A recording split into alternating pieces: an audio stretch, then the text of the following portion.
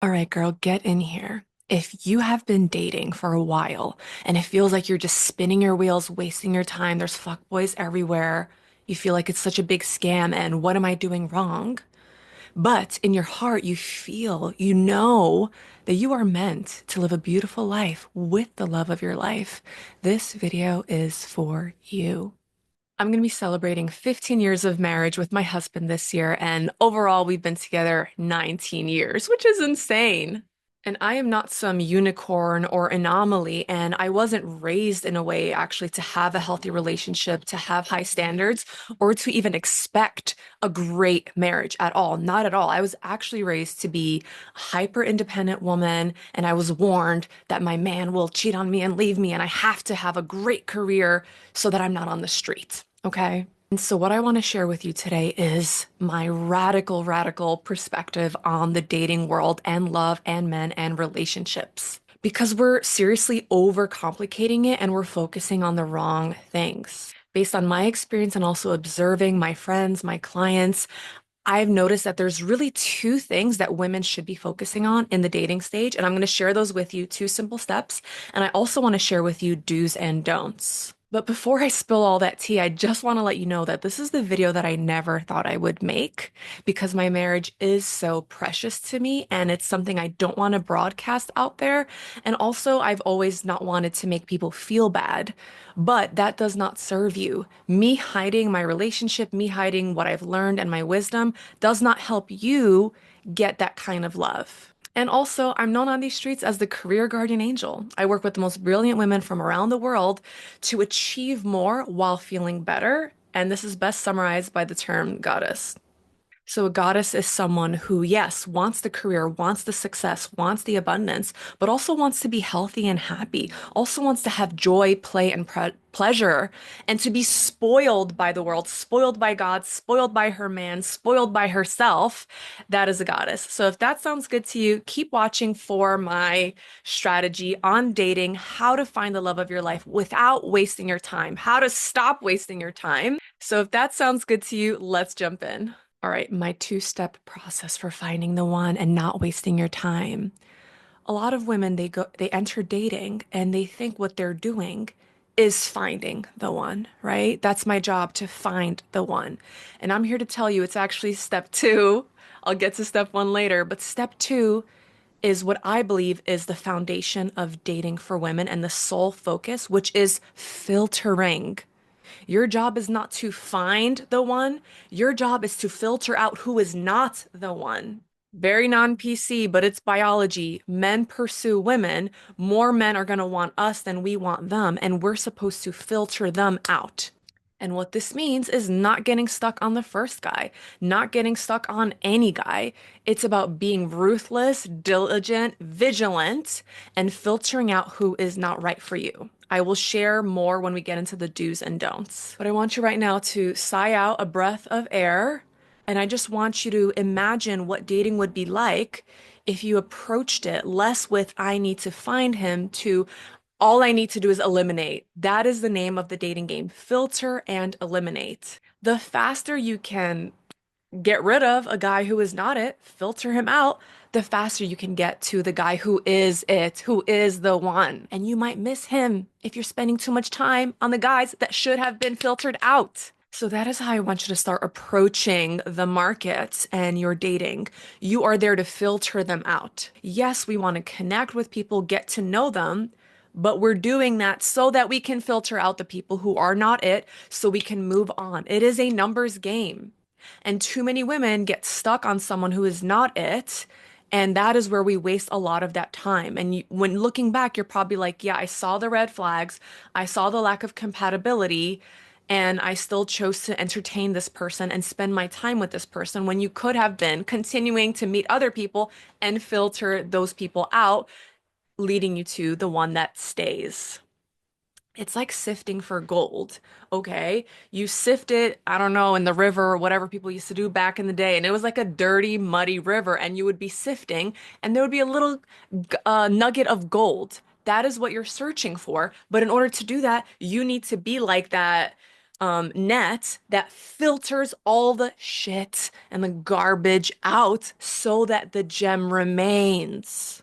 So I want you to think about dating as a process of elimination, a numbers game, and filtering. Next. If you're sitting there, you're like, oh, thank you, Anna. I'm going to start filtering. But what if I have no one to filter?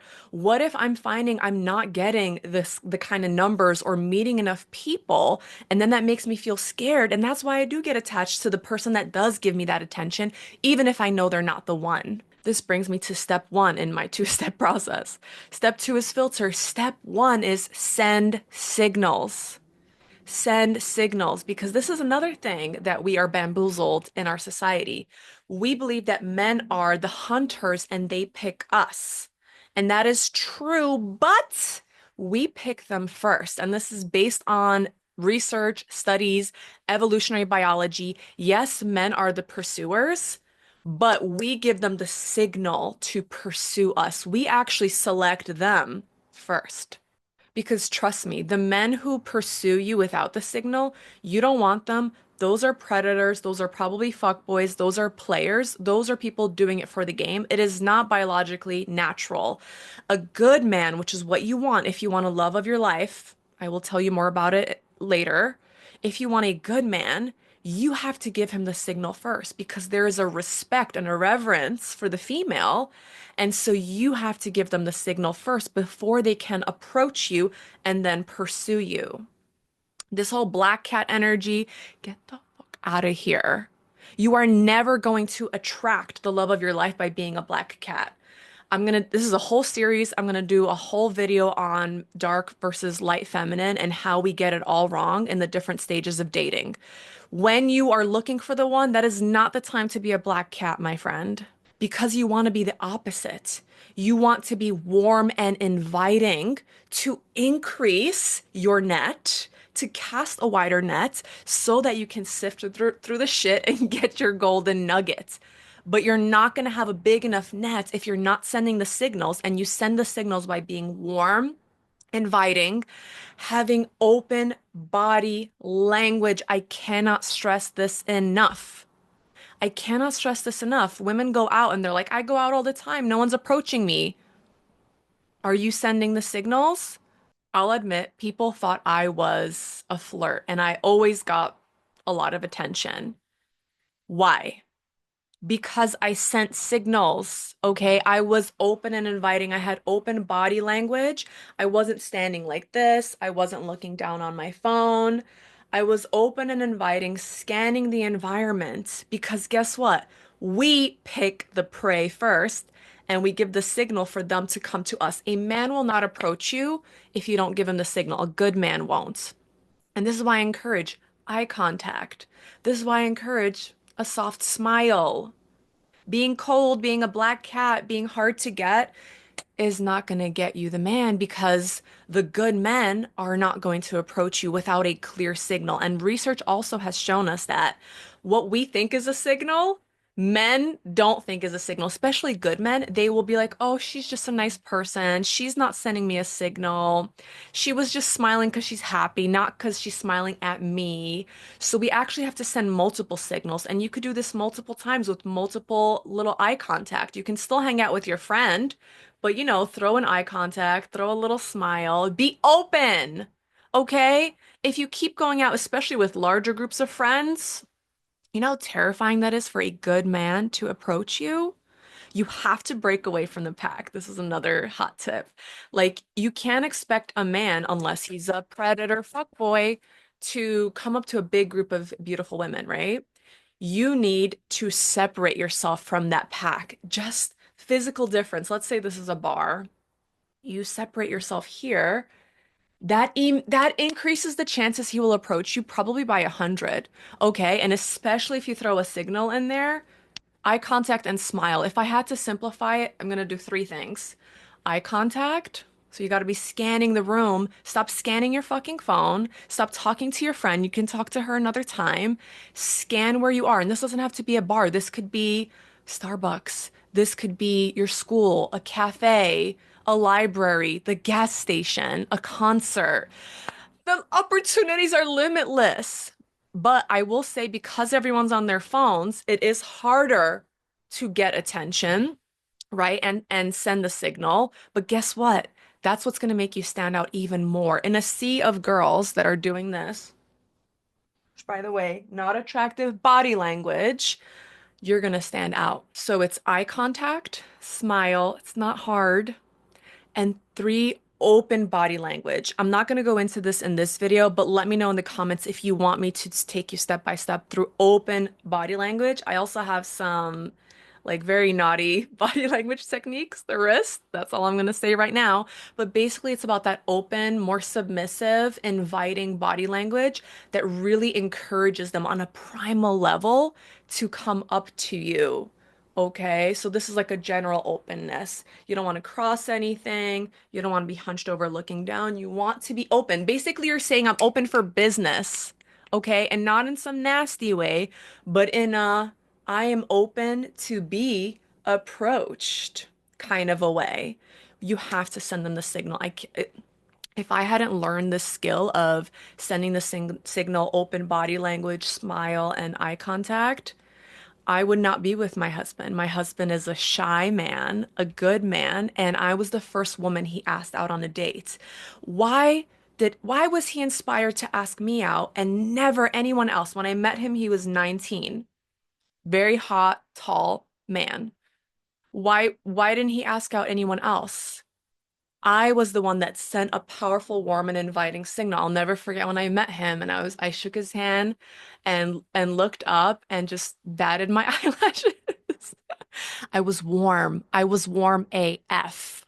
Okay. Leave the black cat energy for the courting phase. And that's gonna be in my series. The next video is gonna cover the courting, how to get the ring, how to set yourself up for a successful relationship for life. Okay, so to summarize, you're sending these signals and then you're filtering. Okay, so now that I've covered the process, signal, send signals, and filter, and I've talked to you about how you can signal, let's talk about the filtering phase. Let me give you some do's and don'ts. I'm going to start with the foundation. Okay, like I said, I am not some unicorn. I was not raised to be someone who's in a 19 years healthy, happy, sexy relationship. The number one don't is don't let your trauma dictate your love life. This is super, super important.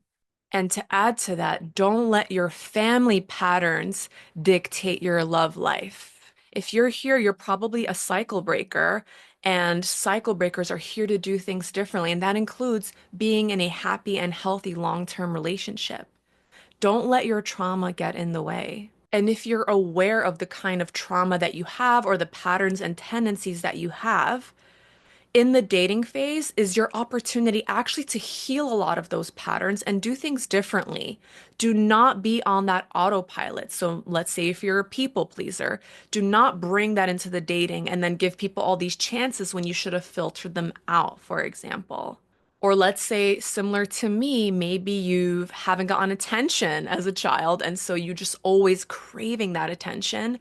Don't let that get in the way of you making the right choices in dating. Don't pick the guy that gives you the most attention or love bombs you, especially if you know you're prone to being attracted to that because of your wounds. Something that I did when I was 15 years old, I grabbed this journal from my attic for you guys today, and this is what I recommend that you do, is I recommend you make a vow to yourself.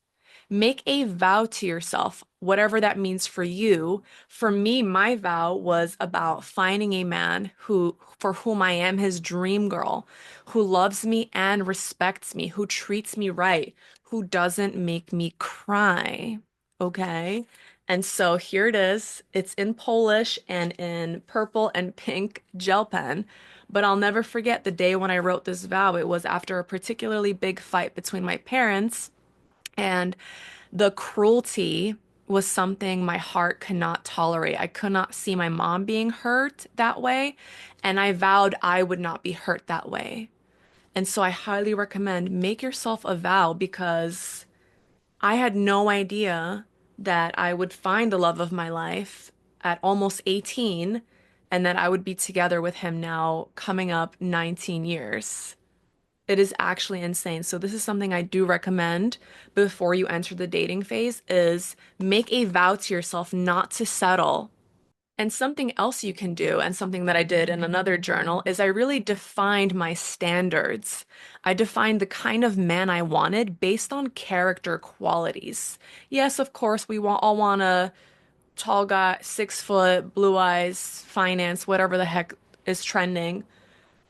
But honestly, what matters most, what I've learned, is the character of the person. And you need to determine what kind of a character you would like, what kind of qualities you would like to have in the love of your life, in your life partner, especially because we're planning for forever. Height, hair, eye color, money is nice, but that comes and goes. That's here one day, it's not here the next day. You really have to think, who do I want to be with on a day-to-day basis? Who do I want to build my life with? And decide what are their characters and decide what are markers of that character. So, for example, let's say you want someone dependable. That's what I was looking for. My rule was if they're 15 minutes late for me, I'm done. I don't care about traffic. I'm done. Filter, goodbye. My MO was the man who considers me his dream girl wouldn't be more than 15 minutes late. He would be dependable. If he said he's gonna call me at 9, he will call me at 9. If he didn't call me, done. Like I said, go back to the rules. Send the signals and then filter. And the way you filter is by having a clear idea of what your standards are, what your expectations are, what the qualities are, what the actions are, and then sticking to that because you've made the vow. Okay? And so, speaking of standards and qualities, another don't is don't waste your time on losers and assholes. Just don't do it. Going back to not letting trauma dictate your life. Are you really attracted to bad boys? Or do you have a wound and a pattern you're trying to fix in a relationship because of your past, because of your childhood? Don't waste your times on losers and assholes. You can't change him. Assume that the person you're dating now is exactly who you're going to have basically for the rest of your life. Do not assume anyone's going to change. Don't date for potential.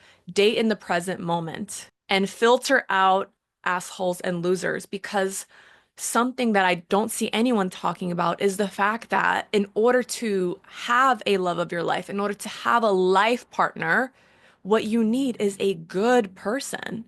I don't think you can build a future with a piece of shit. I just simply don't think that is possible. And so I see a lot of people talking about high value man.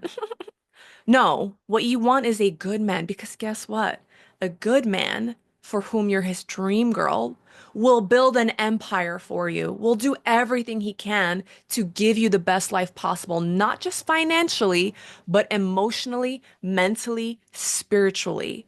I cannot stress this enough. My main criteria was I want a good person with a good character. And in fact, I prayed to God about it.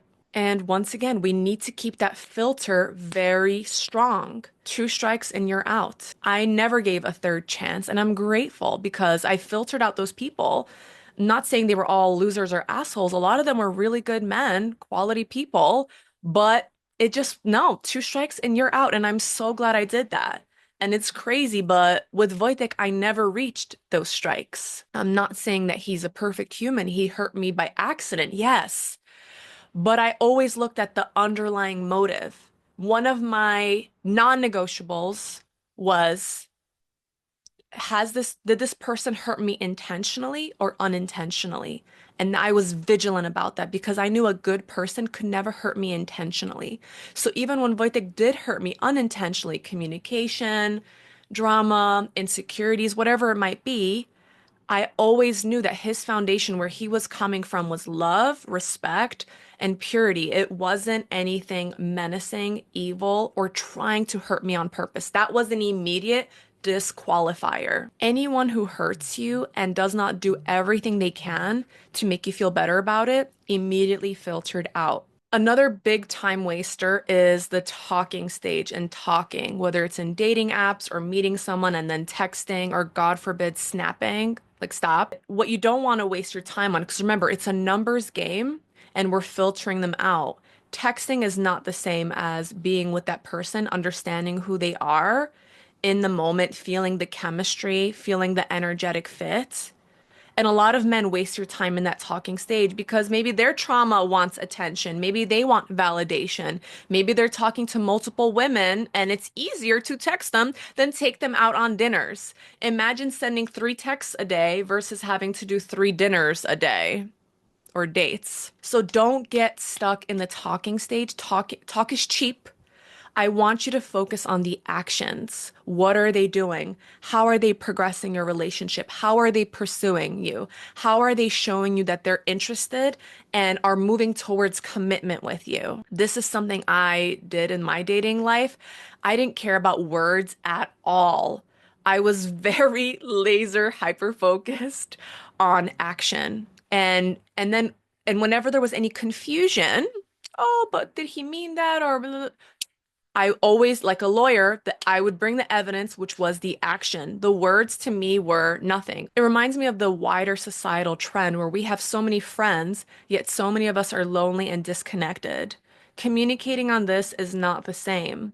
You have to see this person in real life, and for that to happen, that person has to pursue you and take action to see you. And even when you get into that dating, going out, action pursuing phase, a don't is I don't want you to be too impressed, especially if this is potentially maybe one of the first guys who's actually treating you right.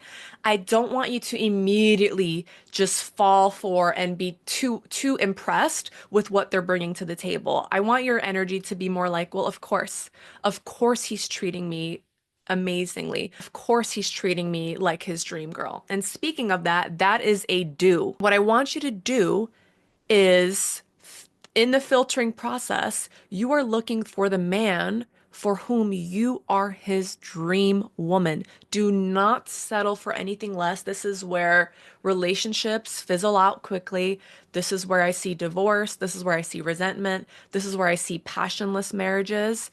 It's for you settling for a man who's settling for you. And girl, let me tell you, you can look at the celebrities. You can literally be a supermodel, successful and all of that, and still, for some people, for some men, you're not the dream girl. And I used to think like, well, if I'm more beautiful, if I'm skinnier, don't fucking matter.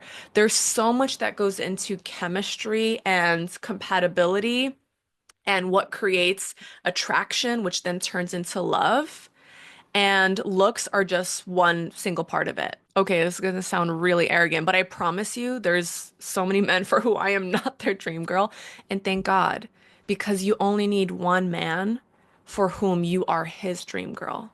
We're not looking for 10, we're not looking for 5, we're just looking for one, like I said, by sending out the signals, filtering, having these standards and making sure that the person who funnels through is the person who matches the qualities that we want and for whom we are his dream girl. It's proven that those are the most successful, happiest relationships when the men are extremely invested.